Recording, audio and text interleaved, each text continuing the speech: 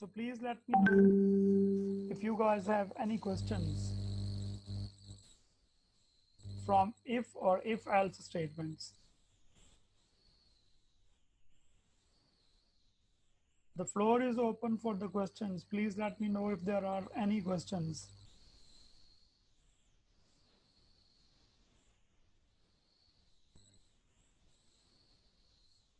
कोई क्वेश्चंस नहीं है तो मैं नेक्स्ट टॉपिक स्टार्ट कर दूंगा फिर.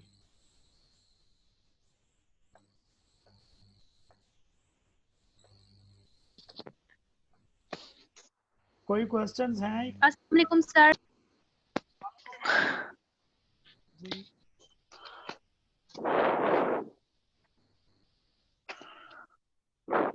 आप बोले, मुझे आवाज आ रही है.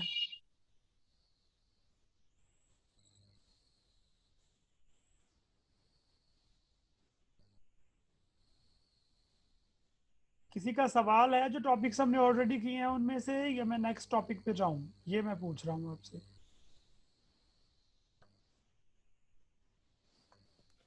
अस्सलाम वालेकुम सर. वालेकुम अस्सलाम. सर जी क्वेश्चन जो पेपर्स होंगे उनसे रिलेटेड थोड़ा बता दें सिलेबस का. This is not relevant question. कोई और सवाल? और फिलहाल तो यही है सर. आपने जो मैंने काम दिया था वो किया इफ और इफ एल्स में? जी सर, असाइनमेंट्स सबमिट करवा देते. सर एक प्रॉब्लम है पीछे वाले लेक्चर्स में से. पूछें पूछें आप, क्या प्रॉब्लम है? सर जो इफ स्टेटमेंट वाला लेक्चर था ना, उसमें आपने दिया था ना हमें असाइनमेंट, वो परफेक्ट स्क्वायर वाला. जी सर जी वो नहीं बना हम लोगों से. नहीं, आपको परफेक्ट स्क्वायर नहीं आता होगा सिर्फ. नो सर, वो बन नहीं था रहा. कोशिश की हमारा थी. होगा कि आपको इफ स्टेटमेंट में मसला नहीं होगा, आपको परफेक्ट स्क्वायर वाली स्टेटमेंट नहीं लगानी आ रही, कंडीशन नहीं आ रही होगी, ये कह रहे हैं ना? यस सर, कंडीशन नहीं थी आ रही, इफ स्टेटमेंट तो आती है ना. हाँ, देखिए अगर कोई परफेक्ट स्क्वायर होगा ना, तो वो जब आप उसका बेसिकली रिमाइंडर 0 आएगा जब आप स्क्वायर रूट लेंगे ना, तो आपको ऐसी कमांड लगानी थी. मैं आपको उसका कोड बना के भेज दूंगा, मैंने बनाया हुआ नहीं है ऑलरेडी. ठीक है, जो मैं असाइनमेंट आपको देता हूँ मैं वो खुद से यस सर. क्लास में सॉल्व नहीं करता. ठीक है, ठीक. तो पहली बात तो आप एक बात याद रखें, जितने भी स्टूडेंट्स अभी क्लास में हैं और बाकियों को भी बता दें जो रिकॉर्डिंग सुने वो भी ज़रूर, कि सबसे पहले आप आइडेंटिफाई करें कि आपको प्रॉब्लम प्रोग्रामिंग की है या आपको कोई पर्टिकुलर काम नहीं करना आ रहा. फॉर एग्जांपल, इफ स्टेटमेंट आपको समझ आ गई है, आपका मसला ये है कि जो मैंने कंडीशन दी वो आपको समझ नहीं आ रही, या आप समहाउ वो बना नहीं पा रहे. ये प्रोग्रामिंग का मसला नहीं है. आप समझ रहे हैं ना बात? Yes sir. तो ये एक अच्छी खबर है सबसे पहले कि आपको प्रोग्रामिंग में मसला नहीं है. आपको इफ स्टेटमेंट में तो इशू नहीं है ना कोई? नो सर, वो समझ आ गया. बिल्कुल सही. तो ये फर्क करना है सबसे पहले आपने कि आपको क्या काम आता है और क्या नहीं आता. तो आपको प्रोग्रामिंग पहले लाजमी सीखनी है. ये जो बात है ना कि एक पर्टिकुलर टास्क हो सकता है कि नहीं हो सकता, ये टाइम के साथ ठीक होगा. फॉर एग्जांपल, आपने एवरेज लेना सीख लिया, मैंने किसी की पावर 5 का आपने कोड नहीं पढ़ा, तो हो सकता है आपको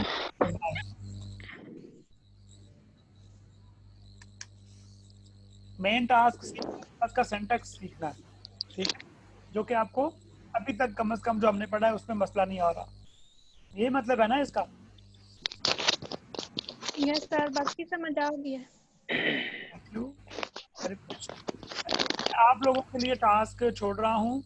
इसे हमने इंशाल्लाह नेक्स्ट क्लास जब हो सैटरडे को मोस्ट लाइकली, उसमें आप लोगों ने उससे पहले पहले करके मुझे एक असाइनमेंट के तौर पे भेज देना है. और वो केस, हाँ मतलब अस्सलाम वालेकुम सर. ये इफ की तरह है, ये इसकी बॉडी है इस केस की. फिर जैसे इफ होता था ना, उसी तरह से केस 2 ये उसका सिंटैक्स है लिखने का. केस 3 और एंड पे डिफॉल्ट हो. ठीक है, तो आपने केसेस वाले जो हैं केस 1 केस 2 केस 3, ये आपने खुद इससे एक टास्क सॉल्व करना है या दो टास्क सॉल्व करना है। फॉर एग्जांपल वही इफ एल्स सब कुछ वही है, बस केस 1 है तो इवन नंबर जवाब में आ जाए, नीचे इवन का कोड, और केस 2 है तो ऑड नंबर जवाब में आ जाए उसका। Are you getting it? Tell me yes अगर आपको बात समझ आ गई। समझ नहीं आई तो फिर आप बताएं। सर सर मेरी आवाज आ रही है? ये आ रही है। सर मतलब हम लोगों ने इफ लिखते थे उसकी जगह पे अब हम लोगों ने केस 1 लिखना है। अब जैसे इसमें कंडीशन होती थी, इफ में इफ कौन सा इफ ट्रू होगा कंडीशन होती थी ना ब्रैकेट के अंदर कि कौन सा इफ ट्रू होगा, ऐसे ही है। Yes sir. वालेकुम अस्सलाम, थैंक यू। अच्छा इसी तरह से इसमें होगा, इफ की बजाय होगा, इफ की बजाय होएगा यहाँ पे केस और केस 1 फॉर एग्जांपल, और इसकी यहाँ पे कंडीशन होएगी कि कौन सा है, कौन सा केस है। ठीक है, आप इसका सिंटैक्स देखें। मैक्सिमम क्या होगा, मतलब I always expect my students to try it and that's it, that is what they can do. इससे ज़्यादा कुछ कर सकते नहीं है ना, तो आपने ट्राई करना है, ठीक नहीं करना, ठीक खुद हो जाएगा टाइम के साथ। अंडरस्टूड? जब भी कोई टास्क मैं देता हूँ तो उसे ये सोच के ना करें गलत हो जाएगा, उसे सॉल्व करें, दैट्स इट। गलत ठीक का मसला नहीं है।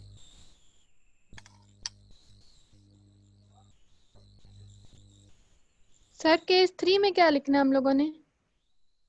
सॉरी, सर केस 1 में तो इवन लिखना है ना, केस 2 में और लिखना है, तो केस 3 में क्या लिखेंगे? और मैंने क्लास का आनंद दो भाई, एक मिनट। अच्छा एक्सक्यूज मी।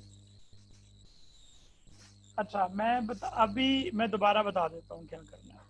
मैं इसको स्पेसिफाई करता हूँ प्रॉब्लम को। आप यूजर से कहेंगे कि अगर दो नंबर्स को ऐड करना है तो ए लिखे, सब्ट्रैक्ट करना है तो एस लिखे, मल्टीप्लाई करना है तो एम लिखे, डिवाइड करना है तो डी लिखे। That's it. और जैसे आप इफ में चेक करते थे इसको, आपने केस में चेक करना है, केस 1, केस 2, केस 3, केस 4। आपकी बुक में ये टॉपिक मौजूद है, आपकी बुक में ये टॉपिक मौजूद है। ओके, आपने जैसे इफ का मैंने खुद सिखाया है सिंटैक्स, केस का खुद आपने जो सीखना है उसका सिंटैक्स सीखना है, और सिंपली यूजर से कहना है प्लीज एंटर 2 नंबर्स, और फिर कहना है कि अगर ऐड करना है तो ए, सब्ट्रैक्ट करना है तो एस, मल्टीप्लाई करना है तो एम, डिवाइड करना है तो डी लिखो। जैसे ही वो लिखेगा तो उसके कॉरेस्पॉन्डिंग वाला केस जो है वो ट्रू होगा, बाकी केसेस फॉल्स हो जाएंगे। Did you guys understand this? Tell me yes if you understood. Yes sir. Thank you. यही अगर किसी का सवाल आए इस लेक्चर को सुनने के बाद भी तो आपने उसे समझा देना है, या ग्रुप में बता दीजिएगा कि ये असाइनमेंट है, इसको अपने ओन वर्ड्स में लिख लें, आपको समझ आ गया है। यूजिंग केस स्टेटमेंट्स आपने क्या करना है, आपने बनाना है एक प्रोग्राम, तो वो अपने खुद में चाह रहा हूँ उसका सिंटैक्स भी सीखें। नहीं आएगा तो विल डिस्कस दैट। अब हम इस टॉपिक से नेक्स्ट पे जा रहे हैं। मैं भी बता दूं सर केस स्टेटमेंट को यूज करते हुए हमने 2 प्रोग्राम्स बनाने हैं। यस, कोई भी जो इफ से बनाए हैं वही बनाने हैं, बस इफ की बजाय आप केसेस यूज करें ताकि वो भी तरीका आ जाए। That's it. Okay sir, okay. जैसे इफ से इफ एल्स से किए बिल्कुल वैसा ही है ये। और मैक्सिमम क्या होगा आपसे, होएगा नहीं, जाहिर है, इससे ज़्यादा तो कुछ नहीं हो सकता। तो आपने जो होगा जैसा होगा, रन नहीं हो रहा असाइनमेंट भेज देनी है, आपका यही काम है बस। यस सर, ट्राई करेंगे हम लोग। हाँ थैंक यू। अब हम आगे चलते हैं। अभी तक हमने जो चीज़ें पढ़ी हैं वो मैं आपसे एक बार अगर यहाँ लिखूँ तो अभी तक हमने सिंपल जो अपना सी आउट सीखा है, सॉरी सी आउट स्टेटमेंट सीखी है सिंपल, फिर हमने अरिथमेटिक्स सीखी हैं, प्लस माइनस मल्टीप्लाई डिवाइड। उसके बाद हमने math.h वाले फंक्शन सीखे हैं, मतलब जो हमारे स्क्वायर रूट लेना, पाई की वैल्यू यूज करना एंड सो ऑन। फिर हमने एक कांस्ट वेरिएबल सीखा है, आई होप आपको याद होगा कि हमने कांस्टेंट इंट ए या इस तरह सीखा है। आई मीन जो वेरिएबल कांस्टेंट वेरिएबल्स हैं वो, इनका यूजेज भी हम बात करेंगे इस पे तफसील से। स्टैटिक मैंने कहा था हमने सीखा है, लेकिन हम उसको अभी तक यूज़ नहीं किया, तो इसलिए स्टैटिक मुझे दोबारा से पढ़ाना है जब इसे यूज़ करना है। इसके बाद हमने कंडीशनल स्टेटमेंट्स पढ़ी हैं, इफ स्टेटमेंट्स और इफ एल्स स्टेटमेंट्स पढ़ी हैं। ओके, देखिए मल्टीपल इफ स्टेटमेंट्स भी हमने पढ़ी हैं, मल्टीपल इफ एल्स स्टेटमेंट्स भी पढ़ी हैं। किसी ने ये कहा था यहाँ पे, मुझे याद आ गया, नेस्टेड, नेस्टेड का लफ्ज बोला था। आई होप वो स्टूडेंट अभी क्लास में मौजूद हों। नेस्टेड इफ स्टेटमेंट्स, हमने जो इफ एल्स पढ़ी हैं, मल्टीपल इफ्स या मल्टीपल इफ एल्स पढ़े हैं, ये नेस्टेड स्टेटमेंट्स नहीं हैं। नेस्टेड स्टेटमेंट्स क्या होती हैं अभी तक हमने डिस्कस नहीं किया है। We will discuss it, we have not yet discussed, we will, लेकिन वो हम तब पढ़ेंगे जब मैं नेक्स्ट टॉपिक जो है ना अपना, जो नेक्स्ट हमारा आज का टॉपिक है वो पढ़ना शुरू करेंगे, तो उसमें इंशाल्लाह हम उस तरफ जाएंगे ग्रेजुअली। अच्छा, पहले मैं बता दूं कि इफ एल्स के बाद मैंने आप लोगों को जो होम टास्क के तौर पे काम दिया है वो है आपका जो है केसेस, वो आपने खुद करना है। ओके, हैविंग सेड दैट, हमारा जो आज का टॉपिक है उस पर अब मैं आता हूँ। तो ये जो चीज़ें हम ऑलरेडी कर चुके हैं ये ख़त्म हो गई, और हमारा today's topic is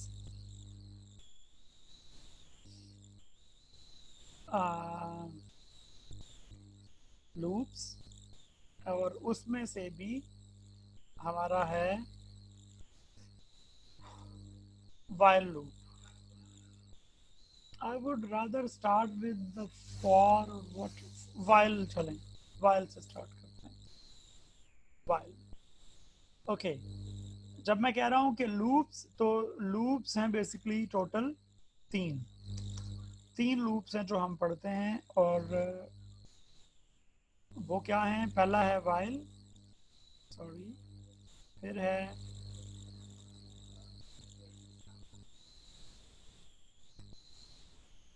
do while, excuse me,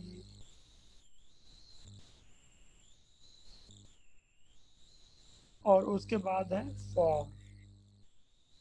अच्छा, यहाँ से आपको एक बात तो आई होप जो हमारा प्रीवियस अभी तक की लर्निंग है हमारी इकट्ठे, उससे आपको एक बात तो समझ आई होगी कि वाइल लूप की बाद, आई मीन ये जो ब्रैकेट्स हैं, इससे कुछ आपको अंदाज़ा हो रहा होगा कि ये क्यों है, या डू वाइल में या फॉर में। किसी को अंदाज़ा है कि ब्रैकेट्स कब आती हैं इस तरह की?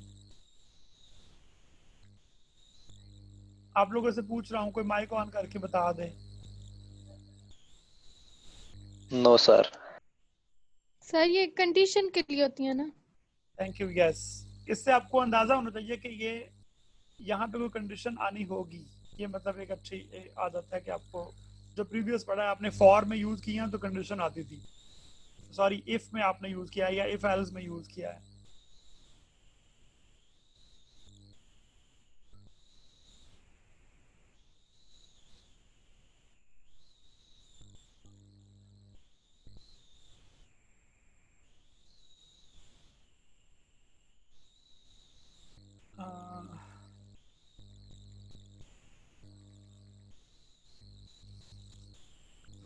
Okay, give me a moment, please. Just a moment, guys.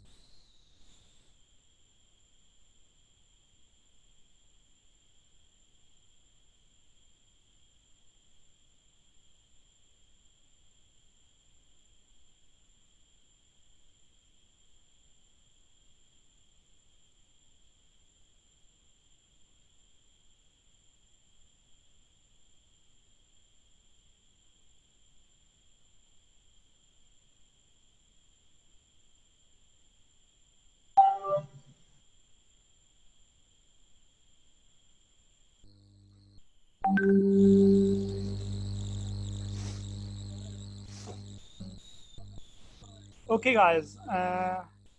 It's all right, Umar. It's all right.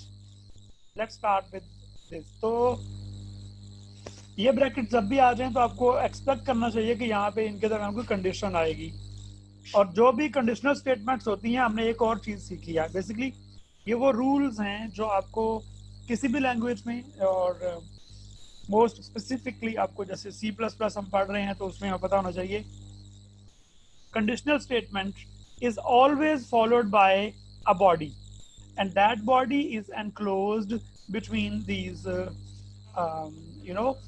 braces, जो हमारी curly brackets हैं। समझ आ गई आप लोगों को? Yes sir. Thank you. हम कभी कभी देखेंगे ऐसा, हमने अभी तक ऐसा, आई डोंट नो, आप लोग कंप्यूटर पे जब ट्राई करते हैं तो आप मुझे पूछते नहीं हैं, आई डोंट नो क्यों नहीं पूछते, या आप फिर ट्राई नहीं कर रहे। आपने कभी ट्राई करके देखा हो इफ के बाद ये ब्रैकेट्स ना लगाएं तो क्या होता है? आई डोंट नो आपने किया है कि नहीं। ये सब आपको खुद करना पड़ेगा, और जब पेपर आएगा आपको लग समझ आएगी कि क्या हो रहा है। इसलिए मेरा आपको मशवरा है कि आप सिर्फ उस पर ना रहें जो मैं आपको काम देता हूँ, मतलब पेपर में आएगा वैसा ही, बिल्कुल वैसा आएगा, लेकिन आप तमाम ऑप्शंस ट्राई करें कंप्यूटर पे। जैसे किसी बच्चे को आप मोबाइल देते हैं, वो सब कुछ इधर उधर जा जू के चेक करता है, तो उसे पता चल जाता है कि यहाँ से गेम निकलती है। उसे समझ नहीं आ रहा होता वैसे कुछ भी, लेकिन उसे पता होता है गेम यहाँ से आती है, गाने यहाँ से चलते हैं, एंड सो ऑन।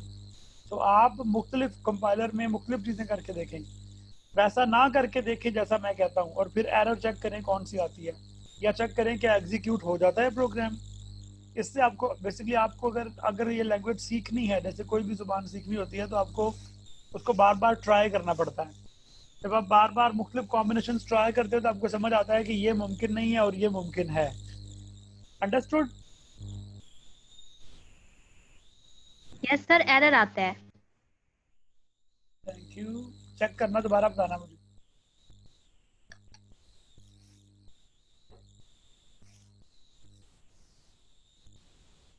ओके, तो अब हम स्टार्ट करेंगे लूप्स से। तो सबसे पहले मैंने बताना है कि लूप्स क्या होते हैं, फिर मैंने कोई एक लूप यूज करके इसकी अफादियत बतानी है कि इसका फायदा क्या है लूप का। फिर मैंने ये बताना है कि अगर एक लूप का बहुत फायदा है तो मुझे दूसरा लूप क्यों पढ़ना पड़ रहा है, और फिर तीसरा क्यों पढ़ना पड़ रहा है। तो मुझे बेसिकली ये प्रूव करना है थ्रू आउट दिस कोर्स कि जो भी आप नई चीज़ सीखते हैं वो आपकी ज़िंदगी मुश्किल करने के लिए नहीं है, बल्कि ज़िंदगी आसान करने के लिए है। मिसाल के तौर पे, अगर आप ऑलरेडी आप कहेंगे अभी तो हमने मुश्किल से तो इफ स्टेटमेंट सीखी थी, तो हमें लग रहा था कि हमें आ गई है C++ में प्रोग्रामिंग, तो ये मुझे क्यों पढ़ा रहे हो।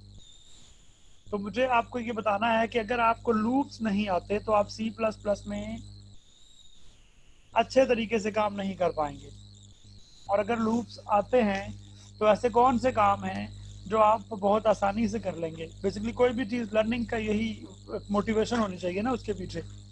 तो I'm assuring you कि लूप्स पढ़े बगैर आपकी ज़िंदगी बहुत मुश्किल है C++ में। अगर आप चाहते हैं कि C++ आपको आती हो, उसमें कुछ काम करना है आपने, तो आपको लूप्स की ज़रूरत पड़ेगी। तो लेट्स स्टार्ट विद, फिर मुझे ये भी बताना है कि ये लूप और ये लूप दोनों आपस में से दोनों क्यों पढ़ने पड़ेंगे। फिर मुझे जब एक से काम हो रहा है तो क्या सारे काम एक से हो जाते हैं कि नहीं होते। तो सिमिलरली तीसरा लूप क्यों पढ़ना है। आप में से किसी को याद है मैंने इफ और इफ एल्स में क्या फ़र्क बताया था कि अगर इफ स्टेटमेंट ऑलरेडी ठीक है, काम भी कर रही है, तो इफ एल्स क्यों पढ़नी पड़ती है? Please let me know.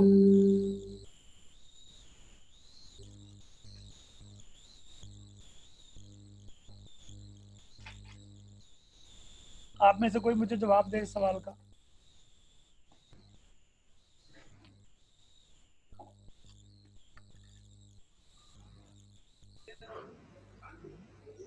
Sir ji sir जी जी बोले मैं बताऊं, बोले बोले बोले। जो इफ स्टेटमेंट थी ना, वो जो एक स्टेटमेंट ट्रू हो जाने के बाद भी सारी स्टेटमेंट चेक करती थी, लेकिन इफ एल्स में ट्रू हो जाने के बाद वो आगे नहीं जाती थी। शाबाश, थैंक यू। तो आप मुझे ये भी बता दें कि फिर इफ एल्स स्टेटमेंट अच्छी है कि इफ स्टेटमेंट अच्छी है? If else. हाँ, ये गलत जवाब है आपका। ये तो डिपेंड करेगा आप करना क्या चाहते हैं। तो इसका मतलब है मुझे इफ पढ़ानी नहीं चाहिए थी, आप ये कह रहे हैं? नहीं, ऐसा तो नहीं कहा। यही मतलब है अगर वो बुरी है तो इफ एल्स अच्छी है और इफ नहीं अच्छी। इफ में हमें वो एंड भी लगाना पड़ता था ना, तो इसलिए। कोई ऐसा काम है जो इफ से हो सकता है, इफ एल्स से नहीं हो सकता?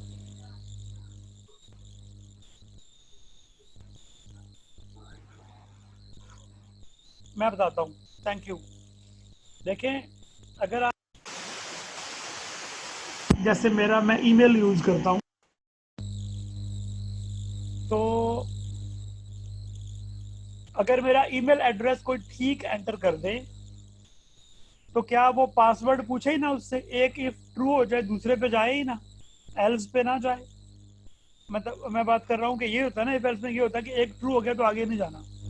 तो मेरे ईमेल के केस में चाहिए कि मुझसे पहले वो पूछे मेरा ईमेल एड्रेस, फिर पूछे मेरा पासवर्ड। बल्कि फेसबुक के बारे में तो हम और भी हसास हैं कि अगर नई डिवाइस है तो वो मुझसे ये भी एक कोड भेज के मेरे मोबाइल पे मुझसे ये भी पूछे कि मैं ही हूं कि नहीं हूं। आपको पता है ना ये? तो इसका मतलब ये हुआ कि मेरा पहला स्टेटमेंट भी ट्रू होनी चाहिए, ईमेल भी सही लिखी हो, मेरा पासवर्ड भी सही लिखा हो, और जो मोबाइल पे कोड आया है वो भी सही लिखा हो। तीनों चीजें मैच कर जाएं तब जाके मेरे जो है ना मुझे लॉगिन मिलना चाहिए। तो एक स्टेटमेंट ट्रू, आगे जाओ, फिर स्टेटमेंट ट्रू और आगे जाओ। तो जो इफ्स होते हैं, जो इफ स्टेटमेंट्स हैं, इनका अपना यूजेज है। ये ऐसा नहीं है कि इफ स्टेटमेंट का कोई इस्तेमाल नहीं है। तो ऐसी बहुत सी जगह हैं जहाँ पे आपको मल्टीपल स्टेटमेंट्स चेक करना होती हैं। या फॉर एग्जांपल आप एक फॉर्म फिल कर रहे हैं जैसे, तो वो फॉर्म पाकिस्तानी मुस्लिम्स के लिए है, मतलब ऐसे ही by any chance non Muslim के लिए भी हो सकता था। तो पहले तो आपका नाम पूछेगा, फिर आपसे आपको पूछेगा कंट्री कौन सा है, फिर आपका रिलीजन पूछेगा। लेकिन कंट्री ट्रू होने के बावजूद रिलीजन भी ट्रू होना चाहिए। तो एक के बाद नेक्स्ट स्टेटमेंट भी पूछेगा, कोई एक भी फॉल्स हुआ तो वो एग्जीक्यूट नहीं करेगा। आप लोगों को समझ आ गई है तो प्लीज टेल मी यस। नहीं आई तो फिर मैं दोबारा कुछ और कोशिश करूँ। Yes sir. Thank you. बिल्कुल ऐसे ही जैसे आपके मार्क्स, आपका रिजल्ट आना हो तो आपके सब सब्जेक्ट के मार्क्स आते हैं ना, इस तरह भी एक के मार्क्स लग गए हैं, यस, फिर दूसरे के, फिर तीसरे के, इस तरह।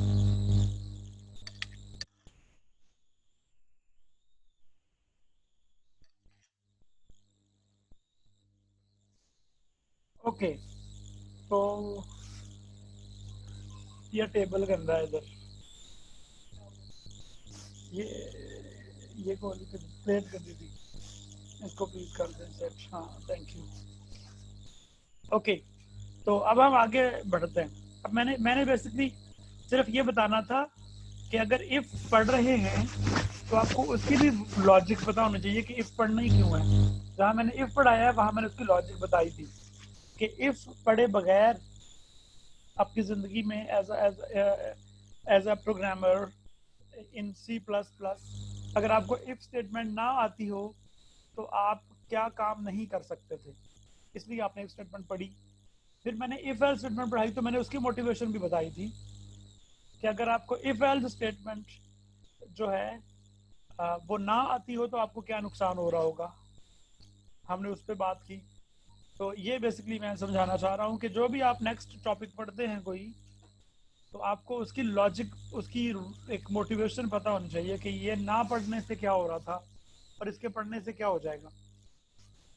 जब आपके पास मोटिवेशन नहीं होगी तो आपको वो चीज़ सीखने की ज़रूरत नहीं है। एटलीस्ट मुझसे जब तक मैं पढ़ा रहा हूँ तो आपको सबसे पहले ये पर्पस जानना चाहिए कि मैं ये पढ़ ही क्यों रहा हूँ। तो अभी तक जो मैंने चीज़ें पढ़ाई हैं मैंने उन सब में आपको उसकी मोटिवेशन बताई है। आई होप आप लोगों को सबको अंदाज़ा भी होगा कि वो चीज़ें आप क्यों पढ़ रहे हैं। आज हम पढ़ रहे हैं लूप्स। तो स्टार्टिंग विद लूप्स, मैं आप लोगों को पहले एक टास्क दे रहा हूँ, डू इट प्लीज। अगर आप लोगों ने ऑलरेडी किया है तो उसको ओपन कर लें। मैंने कहा होगा कि आप एक, एक्सक्यूज मी, यूजर से पूछें कि किस नंबर का टेबल चाहिए, यूजर कहता है 5 का, लेट्स से, तो फिर आप 5 का टेबल लिख दें। आपने ये प्रोग्राम बनाया हुआ है, या तो उसे ओपन कर लें या अभी अपने कंप्यूटर्स में बनाएं, लैपटॉप्स में, मोबाइल्स में, जिस पे भी आप काम कर रहे हैं, एटलीस्ट नोटबुक पे। जब वो बना लें तो मुझे बताएं। इसको मतलब और सिंपल कर लेते हैं थोड़ा सा। यूजर से आप एक नंबर लें, उसे कहें किसका टेबल चाहिए, और 5 तक उसका टेबल लिख दें। मतलब अगर 6 का टेबल लिखना है तो 5 6 1s are 6, 6 2s are 12, 6 3s are 18, 4 are 24 and 6 5s are 30, यहाँ तक लिख दे बस। इस तरह 7 का है तो 7 का, मतलब वो प्रोग्राम आपका लिख सके इस तरह से। आप लोगों को सवाल समझ आ गया है? Yes sir. Thank you, do it please. अगर ऑलरेडी किया है तो प्रोग्राम खोल के मुझे बता दें कि ओपन कर लिया है, हमारे सामने है program. Choice is yours and you are given with 5 minutes, please do it quickly. Thank you.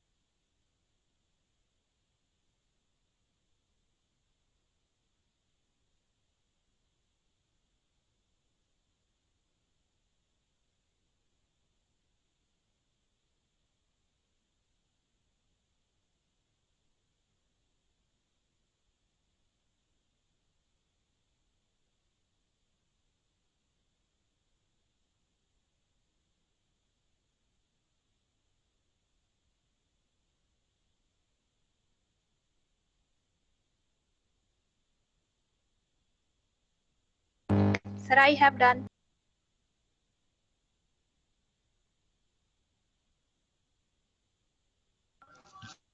Done, sir.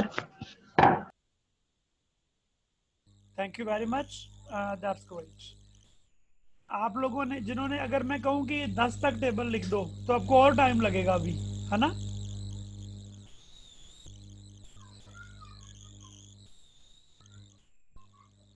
Am I right?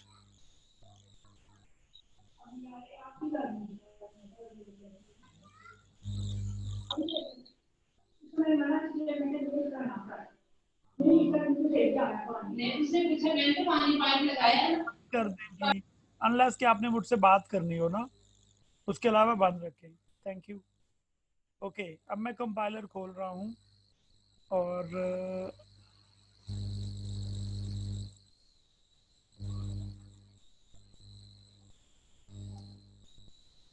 Thank you guys. इसको मैं इरेज भी कर देता हूँ, क्लियर ऑल ड्राइंग्स। और यहाँ पे मैं गया हूँ न्यू पे, न्यू प्रोजेक्ट, एम्प्टी।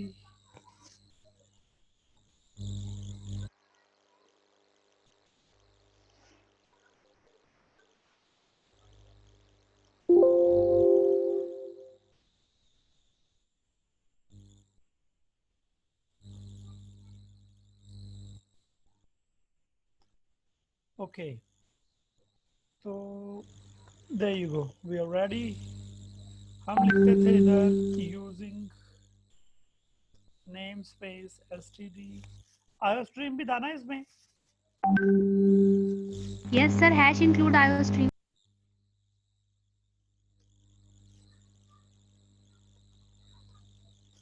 आयो स्ट्रीम भी था और उसके बाद था main.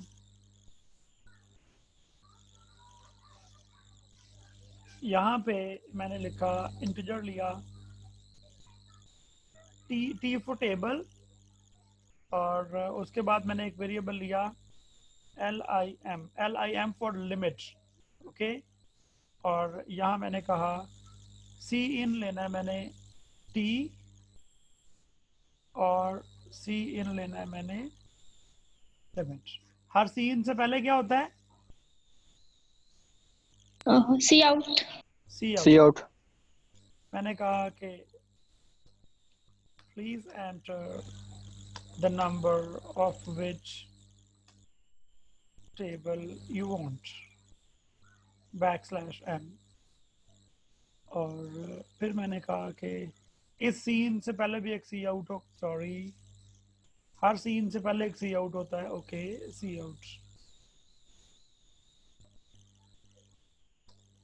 Please enter the limit to which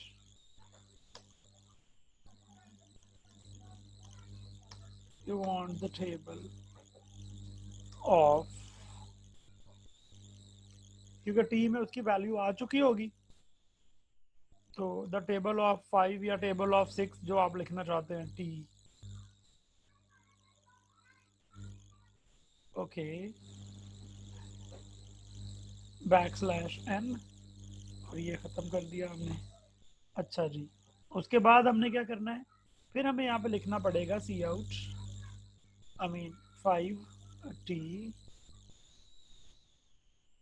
multiplied by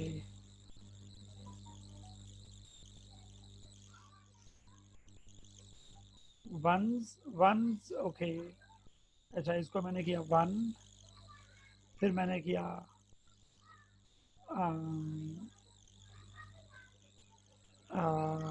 yes equals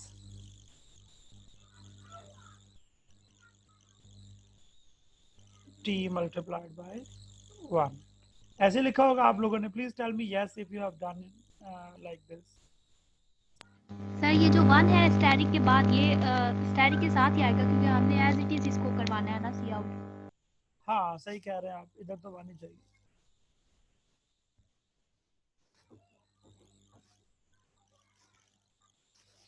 जी, इसको 1 भी लिख सकते हैं, नंबर भी ऐसे भी आ सकता है ना, कोई मसला नहीं है। तो अब हम इस तरह फिर नेक्स्ट भी हो सकता है ना, मतलब आप इस तरह फिर नेक्स्ट एक और सी आउट करेंगे, एक और करेंगे। हम इसको चला के देखते हैं पहले थोड़ा सा ये हुआ क्या है ना। आप लोगों ने ऐसे ही इस लाइन को बार बार लिखना है 2 1 3 4 5 एंड सो ऑन। 10 बार करना तो 10 बार। सही कह रहा हूँ मैं? Yes sir. ओके, हम लिख रहे हैं दिसंबर 7। श्योर टेक योर टाइम, आपको बताने की जरूरत नहीं होती इस तरह, मुझे मैं डिस्ट्रैक्ट होता हूँ। I mean take your time please, don't mind. अभी हम क्या कर रहे थे? Table by loop. कौन सा लूप? वाइल। ओके, एरर्स हैं कोई या नहीं? No errors. ओके, इसको अब मैंने क्या किया? रन किया। कह रहे हैं कि किसका टेबल चाहिए? मैंने कहा 8 का। कहाँ तक चाहिए? मैंने कहा 10 तक, लेकिन उसने एक कम से कम लिखा है 8 1s are 8, क्योंकि मैंने उसके बाद लिखा जो नहीं है 2 3 4 5 6 एंड सो ऑन। अगर मुझे 20 तक टेबल चाहिए तो मुझे 20 तक लिखना पड़ेगा। ओके, 20 लाइंस 20 दफा सी आउट करना पड़ेगा। मैंने इसका एक हल ढूंढा है। मैंने एक और वेरिएबल, एक हम यहाँ लिखते हैं अब वाइल और उसकी कंडीशन, और फिर उसकी अल्लाह आपका भला करे ब्रैकेट्स।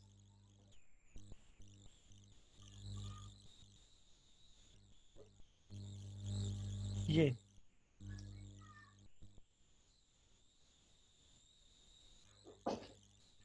एक्सक्यूज मी सर, उसकी जगह एडजस्ट कर लें। ओके, इससे गलती नहीं लगती, बस उतर रहता है कौन सी ब्रैकेट कहाँ थी। यहाँ मुझे एक रनिंग वेरिएबल लेना है, आई फॉर आइट्रेशन। हम फ्रीक्वेंटली इसको यूज करेंगे, कभी 1 से स्टार्ट करेंगे कभी 0 से, वो डिपेंड करेगा कि हम करना क्या चाह रहे हैं। तो आई इज लेस दैन और इक्वल टू लिमिट। अच्छा, इस स्टेटमेंट को हम तफसील से पढ़ेंगे, ये क्या है सब कुछ पढ़ेंगे, लेकिन मैं आपको सिर्फ ये आपके इंटरेस्ट डेवलप करने के लिए क्विकली पहले इसको रन करता हूँ। आप मुझे बताएंगे, समझना बात का मसला है अभी, आप मुझे कहेंगे कि इसको ओके आप अपनी मर्जी से लिखवाएंगे। किसका टेबल चाहिए बोलें, कोई एक बोल दे। 5 5 का टेबल चाहिए, कहाँ तक चाहिए? 20 तक, 10 तक, 20 तक। हाँ ये देखें, ये क्या हो रहा है सर बार बार रिपीटेशन हो रही है, 5 बार बार आ रहा है, क्यों सर? चेक कर सर आपने एक लिखा है ना, क्योंकि easy easy easy easy yes sir, easy sir. रुक गया ये, ओके 1 मिनट प्लीज, इसको मैंने बंद कर दिया। हम देखते हैं क्या हुआ था। मैंने लिखा हुआ इधर, आप गौर से देखें, मैं बताऊंगा इस लूप का मतलब क्या है। इस लूप के टोटल 3 हिस्से होते हैं, मैंने एक हिस्सा मिस कर दिया था, इसलिए आपको लगातार 5 × 1 = 5 नजर आ रहा था। सही कह रहा हूं मैं? Yes sir. हर लूप के 3 हिस्से होते हैं, कीप रिमेंबर, हर लूप के 3 पार्ट्स होते हैं। वो तीनों जो है वो हमें क्या कहते हैं उसे, उनको ख्याल रखना होता है। अगर उनमें से कोई मिसिंग होगा तो उसकी वजह से हमें मसला नजर आएगा अपने इस काम में। मैं आपको बता रहा हूँ कि वो 3 पार्ट्स कौन से हैं, फिर मैं यहाँ बताऊंगा कि वो 3 पार्ट्स कहाँ कहाँ हैं। Let's start with this and we can also make it to 4, लेकिन चलो फिलहाल 3 करते हैं। ये क्या लिखा है?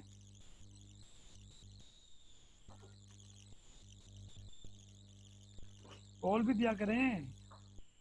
Initialisation, condition, increment. Yes sir, यहाँ पे सी आउट जहाँ हमने किया है, इसके बाद अगर हम आई में इंक्रीमेंट कर दें तो वो फिर बार बार 5 1 नहीं आएगा, फिर वो नेक्स्ट होता जाएगा शायद। Okay thank you, you are right. हम बात कर रहे थे इधर, मेरी क्लास शायद खत्म होने वाली है ये वाली, आई थिंक 40 मिनट्स होने वाले होंगे। किसी को पता है टाइम कब क्लास स्टार्ट हुई थी और कितना टाइम हो गया? यस सर, 40 मिनट होने वाले हैं, 30 पे स्टार्ट हुई थी, 1:30 पे हुई थी। 1 मिनट रह गया होगा फिर, हाँ लेस देन 1 मिनट रहता है। तो इसको मैं खत्म होने देता हूँ, हम यहीं से रिज्यूम करेंगे, मैं नेक्स्ट लिंक भेजता हूँ आपको, ठीक है? Okay sir. Thank you. तो पहले पार्ट में हमने बेसिकली इफ स्टेटमेंट्स जो है ना, इफ स्टेटमेंट के प्रॉब्लम हल की है और उसकी मोटिवेशन रिवाइज की है। लूप्स की मोटिवेशन